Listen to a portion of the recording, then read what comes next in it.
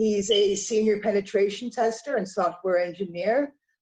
He's the CEO of White Dragon, and he has extensive experience with breaking applications and various other sorts of targets. So according to Mike, it only takes 20 seconds to hack most universities across North America. So this talk is going to focus on how to find vulnerabilities in their systems and how to chain exploits blindly to own the system based on real world examples. So this looks like it's going to be an exciting talk. So take it away, Mike. Yeah, thanks for having me, and excited to give this. A bit about who am I? CEO of Winter Dragon. I used to be a lead security engineer, systems administrator, software engineer. My business does web application attacks, penetration, and also the defense side of it. And it's also handles stuff like denial of service attacks. And I've been doing this for over 10 years now in total. So a fun thing to do. A little brief agenda on this one. I'll talk about scanning over 80 universities across North America, finding vulnerabilities blindly in them and chaining them together automatically, and then rooting all the boxes in about 20 seconds, all blindly, all automatically. So for scanning, I targeted universities and colleges in North America specifically. The universities and colleges around here, they usually have pretty outdated systems with just getting facelifts. Upon initial inspection, I noticed a lot of them are using custom SaaS software. Looks like PHP and a custom framework. I dug into the vendor of it, and I noticed that they also have other customers who are like regular shops and stores. So I found 150 customers affected just with Google Dorks, and I was able to find over 500,000 people's information, 15 years worth of data, sales, all your information, even credit card details that were sitting there that no one patched. So I think of security when testing as a chain, finding steps to make the exploit. So a little curl here, which I found two things, Apache 2425, and the set cookie is giving me the PHP session ID. And I logged that down because it's probably going to be useful.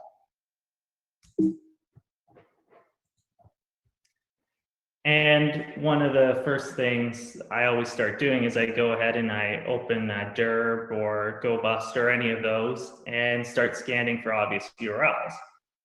And in here, I notice there's the standard About Us pages, but then there's an admin link, code 200, size 5590. And upon accessing it, the admin panel pops up.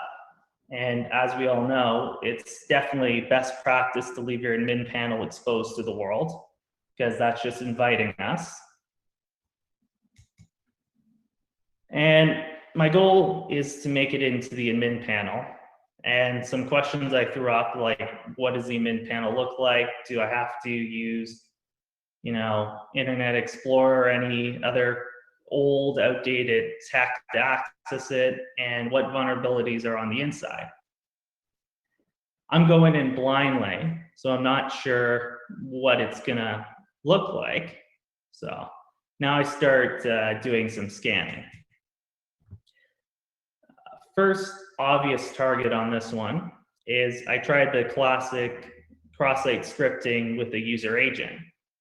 Now, half of me prayed this wasn't possible and isn't going to work, but I tried it anyways, and I targeted the admin URL. I thought if they're going to be monitoring anything and they left their admin page open to the world, it's either a honeypot or they're actually, allowing people to sign into the admin remotely. So I sent away the curl request here. And about a day later, I got back a hit on the cross-site scripting from someone viewing the page.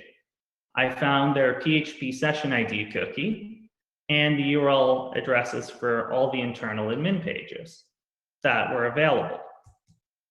And this is what it looks like. It's got a bunch of configuration settings, email settings, raw file manager, as well as, all 10 plus years of email history, how they plan their courses out, and all these internal systems just exposed to the web. I could look at emails from 15 years ago that are just being scraped off of old archives.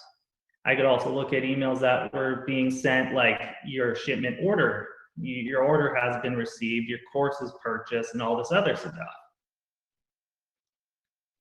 So I started wondering to myself, what else can we do in here? So I took another stab. I deployed a LAN scanner to probe their internal network. I looked for all the links that I could possibly crawl. I recorded content in iframes and just dumped them and post the results back to my control server.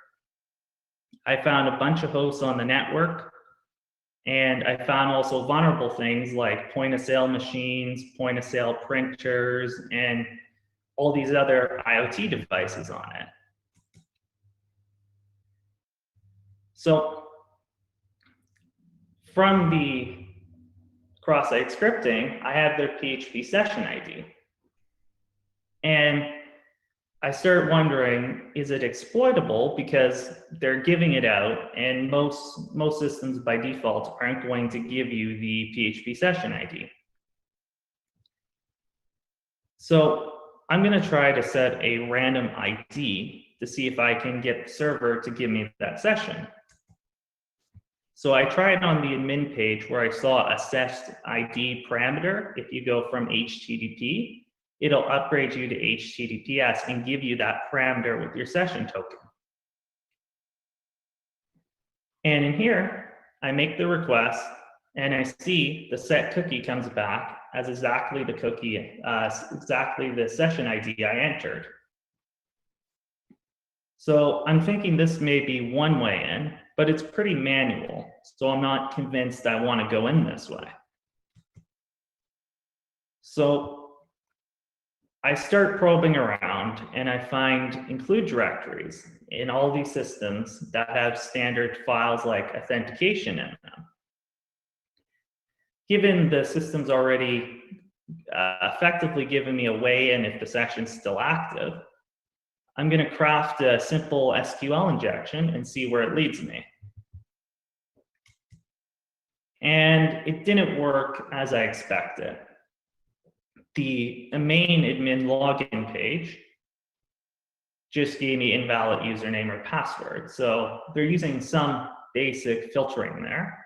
And because I didn't want to set off too many alarms, I took my time and I started scanning again for other directories. So I noticed they have some HTTP basic authentication going on. It looks like older legacy systems. So I'm wondering, is it vulnerable to like a blind SQL injection in the HTTP basic authentication? So here's my payload, simple PostgreSQL syntax, just trying to break the query intentionally, assuming it's running a query.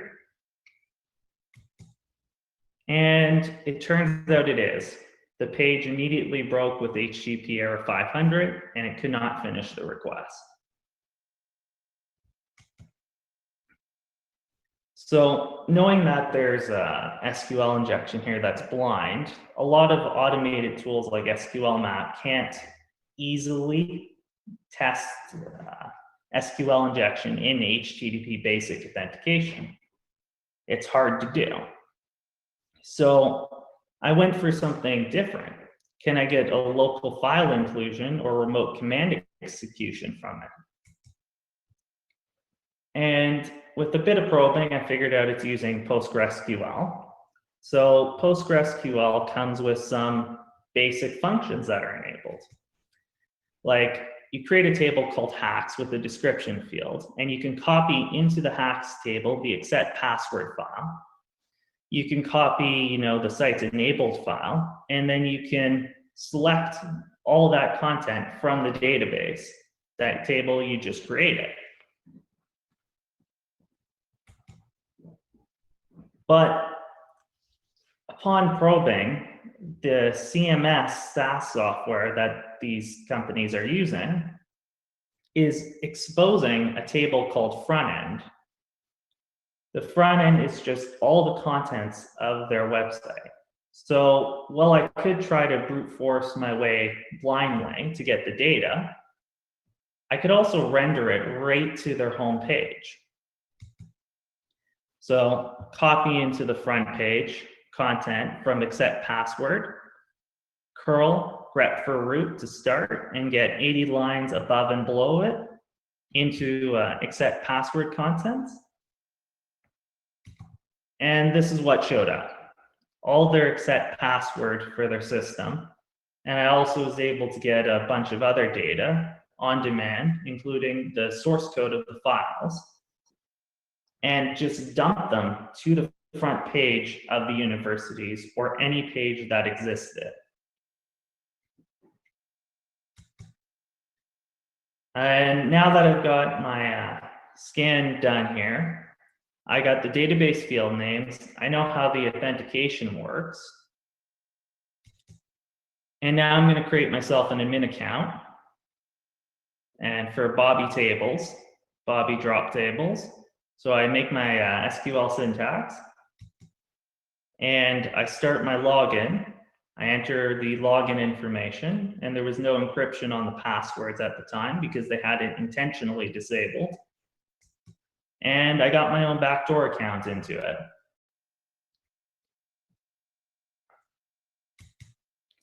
And the backdoor account, now I can view all the information on my own without having to just pray for cross-site scripting to execute.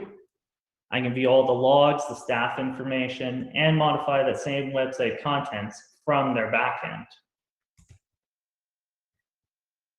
And now I want to automate it. I can change everything that I've built here so far to be automated. I'm going to use the user agent cross-site scripting. I'm going to change usernames and passwords so I can impersonate legitimate users, and I'm going to spoof the legitimate administrator who did the executed the payload. So this is my first iteration, basic JavaScript, sending it over. I get the session ID, create an account, and post it. And a big issue with this one is because I'm doing it from the cross-site scripting of the user, it, in system logs, until further investigation, will look like that legitimate user did these tasks. So it helps throw off initial tricks. When I start probing it, I see like their session management system. When I go there, I immediately got hit with my own cross-site scripting attack. So this is the page which was vulnerable. It allows them to watch, the user sessions in real time and can view all the users' info, their personal information. Everything was there, including card information, except for their password. Their password was filtered out. And this is how that page looked. You can search for the date range, how long they were there, when they stopped, how many clicks, the last path, and if they were logged in. There was also an order management panel, which was really interesting. You could view order information, the name, the email, the number, how much paid, and the administrator can refund anyone online.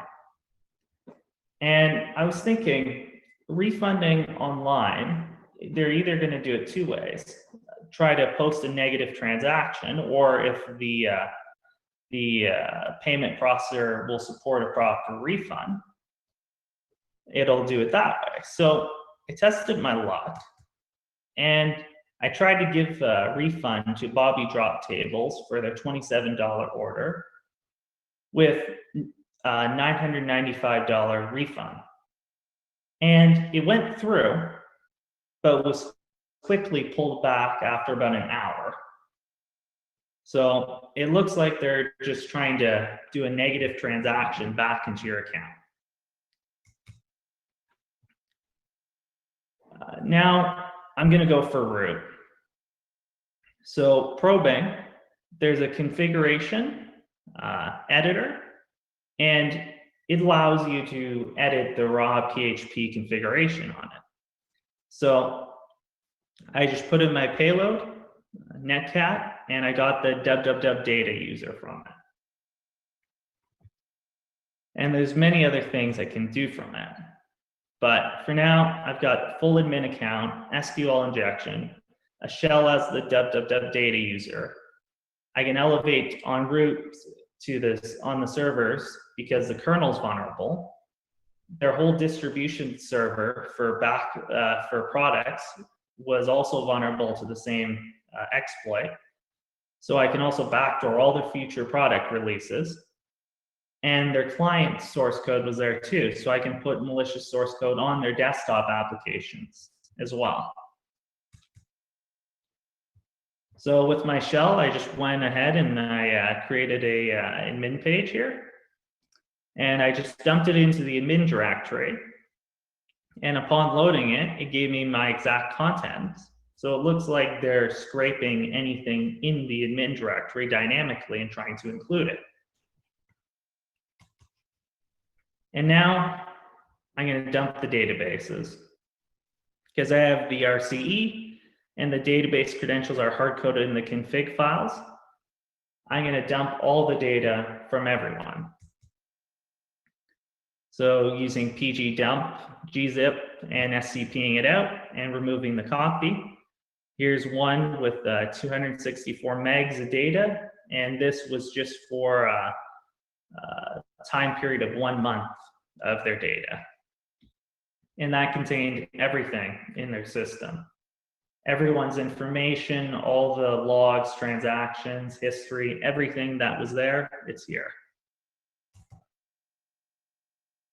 And so recap on this, I got the copy of the database, got all the password hashes. Some of them were hashed, some of them weren't. There's a configuration options to remove it. The user information, all the order details, enough that with some reasonable effort, you could easily steal a lot of people's identities, admin backdoor, and then deleting some of the evidence we were in the system. 5 exploits were used to go from unauthenticated user to full shell. And now it's time to automate this to hack all the other universities running the software. And here it is, about a dozen lines of JavaScript, automated everything, including sending the data, creating the backdoor, and launching a shell.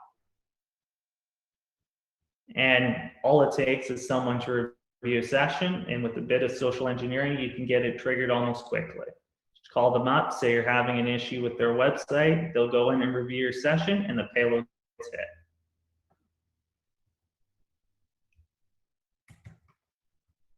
And I want to touch a brief bit about how this could have been prevented. Proactive monitoring. Google Dorks found all the vulnerable hosts. And there's many automated tools that will let you do this. When I was probing, I could enter any sort of payload into it. There was no application firewall, there was no monitoring, there was nothing in place that would give anyone any clue I was in the system, unless I did something completely obvious like crash the entire server. But even at that, they'd probably just reboot it. And dropping the session ID sending. They're explicitly sending out the session IDs, and that's just asking for session hijacks on this one. They can be removed, and there's no legitimate reason, in my opinion, to inject a session ID in this case. Or really in any cases, even upgrading HTTP to HTTPS, you should be forcing HTTPS already. Clearly they failed their regular audits, or they've never been audited before by anyone, because they need proper security audits, and this just looks and smells like some black box PCI compliance audit or some attestation of compliance without any real auditing. Their developers need to test their own code and their peers' code. Like, it looks like no one bothered to test, or they just have a lot of garbage hanging around that everyone forgot to remove. Anything from the OWASP top 10 or cheat sheets would be good to start. And this should go without saying, but please don't make your admin panel public to the world.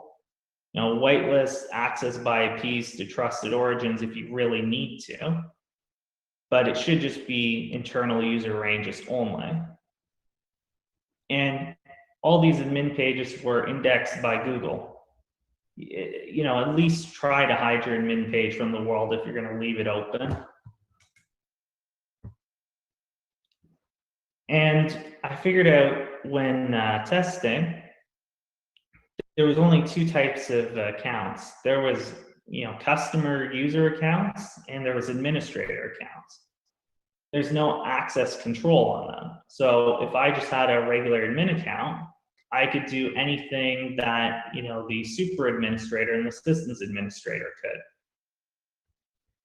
Unfortunately, most organizations like the universities, they don't, at least on their web front, they haven't implemented a lot of the proper access controls, or they have baggage hanging around that'll let you just circumvent them. So taking that away and leaving it out would be the proper solution to that. And if you're gonna keep your session IDs, at least have some other forms of authentication, like, you know, single sign-on, and have some two-factor authentication going on. The systems that were hijacked here for the universities had two-factor authentication. All the accounts had it enabled, but because the session ID allowed me to jump through it, they pinned your two-factor authentication success to your session. But they didn't check any differences, like if you're accessing it with curl versus the web browser, or your IP, or your country. None of these basic security fields were bothered to be checked. So definitely checking all those is a good way to start blocking this. And it's not foolproof, but, you know, two-factor authentication, multi-factor authentication is definitely a step that all these places need to get implemented. And because the universities and colleges and all these other shops were using third-party vendors, you know, you've got to check out what your vendor's security is. Make sure your vendors are undergoing some audits. Make sure, you know, they're not just saying, hey, our stuff's secure. Take the time and actually test their stuff. Do some basic tests on it and see if it's actually secure. You know, if you can just put, you know, some basic SQL breaking syntax in and it breaks, you know, this isn't the vendor you need to go with. And controversially, you know, fully understand the risks of the environment you're exposing. In this case, all these people's personal information, you know, up to 15 years old worth of data was available. So limiting how much data you actually keep and store, and limiting what functionality is available. And that's it on my my side here. Is there any questions?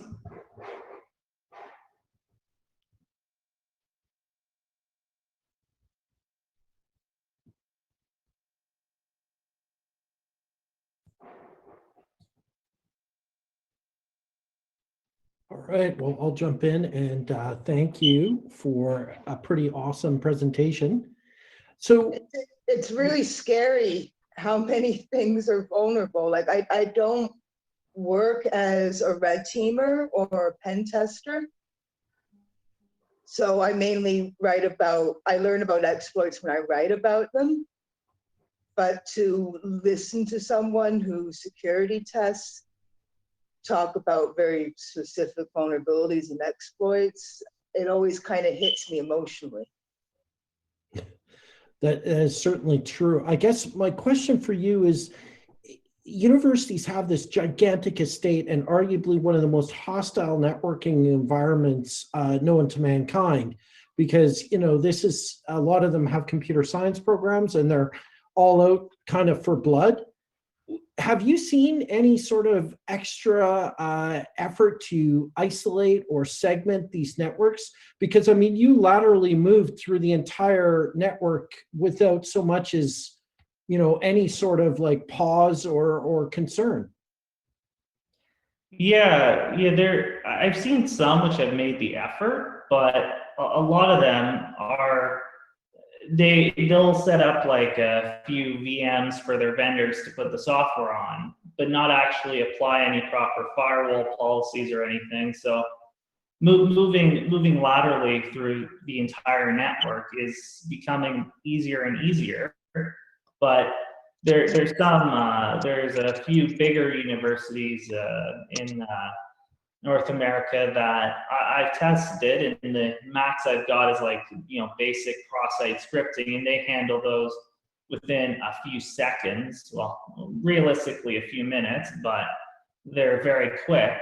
But I find anyone really leveraging vendors, it's this slow process. There's going to be lots of vulnerabilities that are just obvious if you just take the 20 seconds to test them. Now, are you finding that this is because of because the universities are like, VPN is too expensive, VPN is too complicated, we're just going to put this stuff right out there? Is it lazy?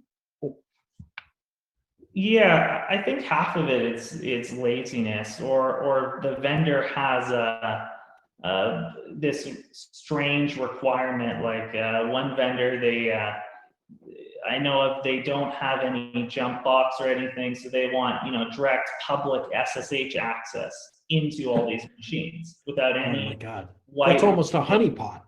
Well, exactly. Yeah. So are you also seeing a lot of like out of date, unpatched stuff, or has that gotten a little bit better?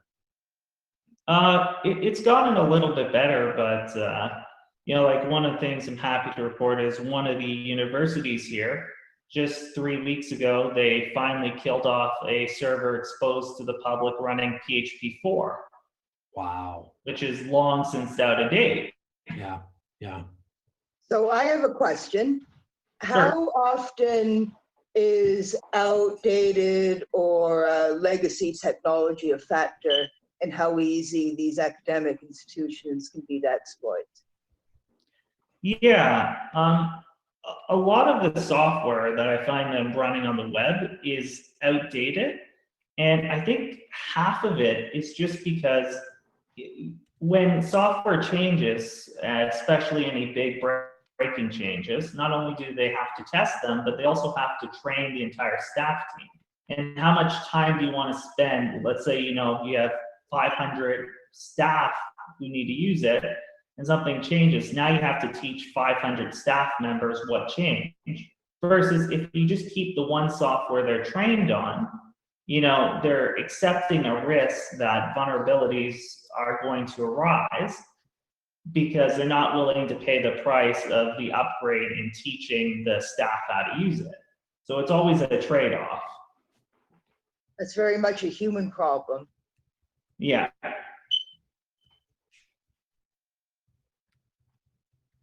All right. Well, Kim, let's say goodbye, and we'll go to our break for our next speaker that's just going to be coming up shortly. Thank you so much for an amazing presentation. Really learned a lot, and a precarious situation in universities these days, I would say. Thank you very much, Mike. Thank you very much.